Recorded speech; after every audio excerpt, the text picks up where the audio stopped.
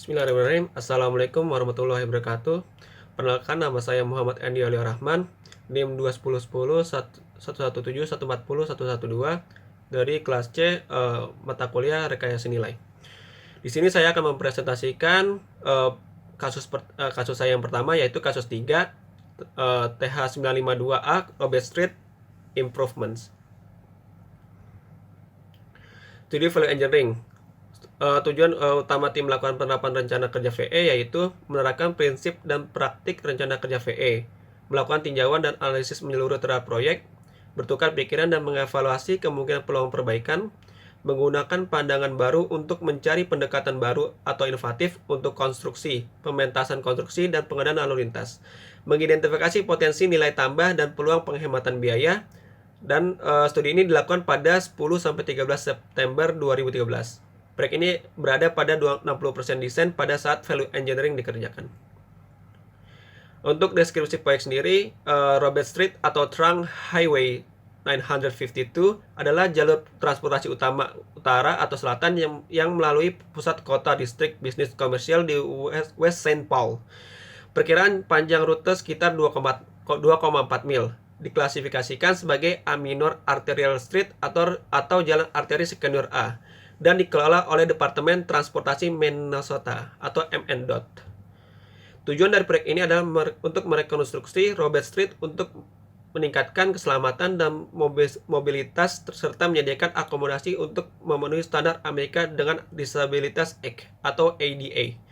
Proyek ini akan dikonversi jalur belok kiri dua arah menjadi median, penambahan jalur perjalanan ke utara Butler Street dengan menghapus tempat parkir, penambahan berbelok jalur, dan perbaikan trotoar. Nah, ini untuk gambarnya dimulai dari Mendota Road maksudnya, dan diakhiri di Annapolis Street. Lanjut, untuk kendala dan pengendalian proyek, yaitu pengemudi berbelok secara ilegal, trotoar rusak, keretakan perkerasan, kegagalan atau kelelahan perkerasan, banyak jalan masuk, aktivitas transit atau jalan kaki, ujung utara atau utara Butler Avenue berbeda dari sisa proyek, pejalan kaki penyandang disabilitas, beberapa jalan masuk tidak berhasil. Kontraktor akan menggali atau mengisi ulang parit untuk saluran air, tetapi layanan air Saint Paul akan meletakkan pipa.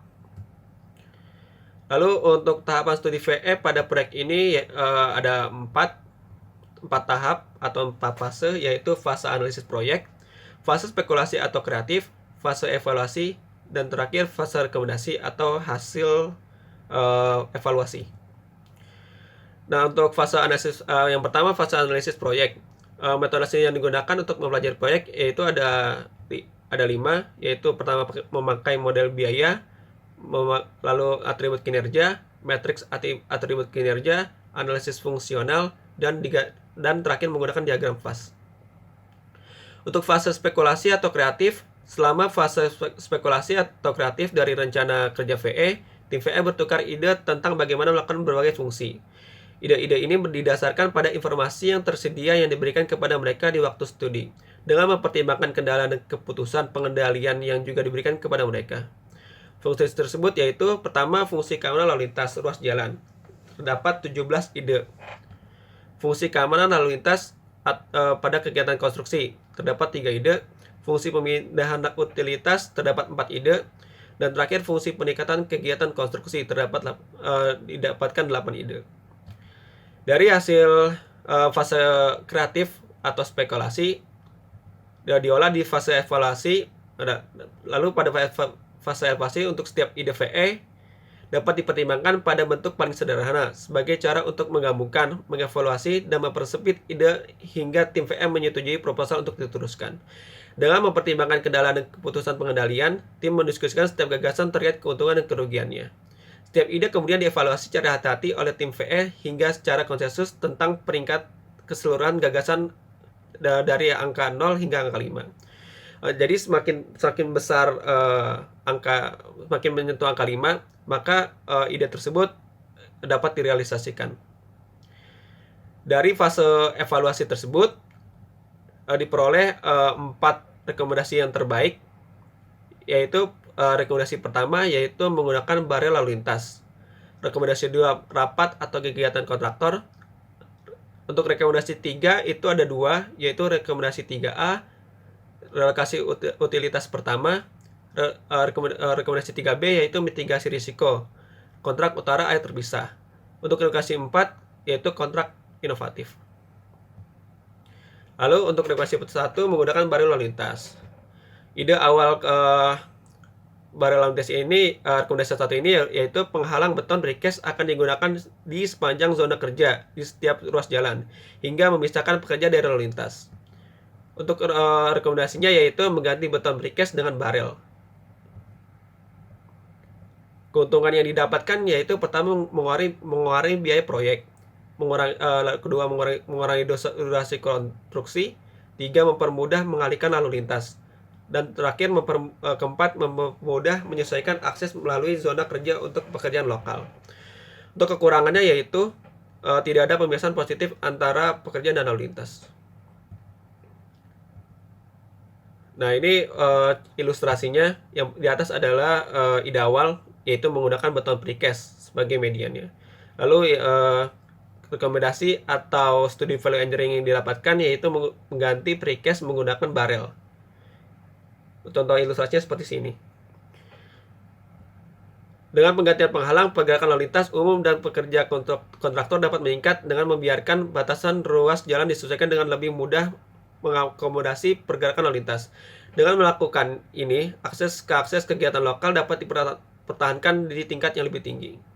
Selain penghematan biaya dengan menggunakan barel lalu lintas sebagai pengganti penghalang beton, juga akan ada penghematan durasi kontrak karena barel dapat dengan cepat diatur dan disusun ulang tanpa peralatan khusus kebutuhan. Ini berikut asumsi biaya. Yang ini adalah ide awal, baseline. Didapatkan harganya 193 ribu dolar. Lalu untuk setelah dilakukan studi value engineering mengganti precast dengan traffic barrel, didapatkan harga hanya 900 ribu dolar. Maka dari kegiatan value engineering tersebut didapatkan keuntungan atau penghematan sebesar 183.230 dolar. Lalu untuk rekomendasi 2, rapat atau kegiatan kontraktor. Ide awalnya pemerintah menyediakan penghubung kegiatan agar kegiatan mendapat informasi tentang jadwal dan konstruksi kemajuan. Rekomendasinya meminta kontraktor menunjuk seseorang seperti mandor atau pengawas yang akan memberikan pembaruan mingguan kepada pemilik bisnis tentang pekerjaan yang diharapkan untuk minggu itu. Keuntungannya memberikan jangkauan ke perusahaan lokal selama konstruksi, memungkinkan pekerjaan untuk menjadwalkan staf atau pengiriman dengan sesuai, membangun hubungan antara kontraktor dan perusahaan terkait. Kekurangannya, perubahan jadwal dapat menyebabkan perusahaan kehilangan kepercayaan pada kontraktor. Lalu lanjut ke rekomendasi 3A, yaitu relokasi utilitas pertama. Pembangunan perbaikan, ide awalnya itu pembangunan perbaikan saluran utama air dan sanitasi akan dibagi selama 3 tahun, yaitu 2014, 2015, dan pada musim konstruksi 2016. Untuk rekomendasinya yaitu menyusun urutan pekerjaan atau ketentuan kontrak kerja terlebih dahulu yang mengharuskan penyelesaian pemasangan pekerjaan utama air bersama dengan pipa, saluran pembuangan sanitasi, dan lubang selokan yang diusulkan penggantian sebelum mulai bekerja dalam bagian proyek tersebut. Keuntungannya yaitu 1. Penggantian saluran utama dan sanitasi air tidak mempengaruhi kegiatan proyek secara keseluruhan. Mengurangi risiko bagi pemangku kepentingan proyek dan kontraktor. 3. Pelayanan air sementara di atas tanah merupakan risiko besar bagi kontraktor. Menghapus koordinasi dengan layanan air Saint Paul regional dari tanggung jawab kontraktor. Menghilangkan kebutuhan akan rute memutar selama masa konstruksi pertama, mengurangi total biaya proyek untuk jalan memutar tersebut. Menyediakan proyek yang lebih cocok untuk kontraktor dan khususnya subkontraktor seperti trotoar dan paving karena pekerjaan ini akan dilakukan dalam 2 musim. Harus menghilangkan pekerjaan apapun di tahun 2017. Kekurangannya yaitu beberapa akses konstruksi akan berpengaruh. Nah, ini di bawah ini gambar saluran yang akan dibuat untuk 2014 sepanjang ini 2015 dan ini 2016. Rekomendasi ini untuk mengembangkan order of work atau urutan pertama ketentuan kontrak kerja itu akan membutuhkan penyelesaian instalasi pipa saluran pembuangan baru, lubang sanitasi, air utama, dan koneksi layanan tersebut sebelum memulai pekerjaan lain dalam bagian proyek tersebut. Ini akan menyelesaikan pekerjaan utilitas utama pada 2014 sebelum semua aktivitas konstruksi lainnya dan akan menghilangkan kebutuhan akan rute memutar selama musim pertama konstruksi. Lalu rekomendasi 3B, mitigasi risiko kontrak utara air terpisah. Ide awalnya masih sama seperti 3A, yaitu saluran air utama dan sanitasi akan dibagi selama 3 tahun, yaitu 2014, 2015, dan 2016. Rekomendasinya kembangkan, iklankan, dan biarkan proyek konstruksi terpisah khusus untuk instalasi air utama terkait dengan Robert Street Improvement Projects. Ini adalah strategi respon terhadap risiko bahwa hak jalan tidak akan diperoleh oleh proyek yang membiarkan pada bulan April 2014 dan bahwa proyek akan ditunda sampai sertifikasi hak jalan disetujui oleh organisasi FHWA. Rekomendasi ini untuk menghilangkan elemen konstruksi utama air dari Robert Street Project, perbaikan dan mengembangkan dan menawar proyek konstruksi terpisah khusus untuk itu pemasangan saluran air utama dan sambungan layanan baru. Rekomendasi ini merupakan tanggapan strategi untuk risiko bahwa sertifikat hak jalan tidak akan disetujui oleh FHWA. Pada saat ini saat dimulai bekerja di koridor pada Juni 2014. Karena kebutuhan dana dan kebutuhan untuk menunjukkan komunitas bisnis yang bekerja saat memulai proyek harus dimulai pada tahun 2014. Lalu yang terakhir adalah rekomendasi 4, yaitu kontrak inovatif. Ide awalnya yaitu proyek ini akan diiklankan menggunakan metode kontrak desain tawar bangunan atau desain bid and build.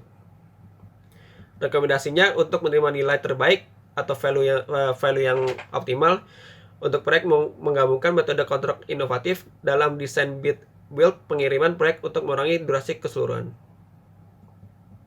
Keuntungannya pertemuan pra penawaran, membangun hubungan yang lebih baik antara kontraktor dan owner, menyoroti persyaratan proyek atau kontrak yang kontraktor harus merencanakan dan pertimbangkan dalam penawaran, contoh MUT dan TPAR. Kekurangannya pertemuan pra penawaran bukan pertemuan wajib, jadi semua kontraktor kemungkinan tidak hadir. Ya, sekian presentasi tentang kasus 3, yaitu Robert Street Improvement dari saya. Kurang lebihnya mohon maaf. Wassalamualaikum warahmatullahi wabarakatuh.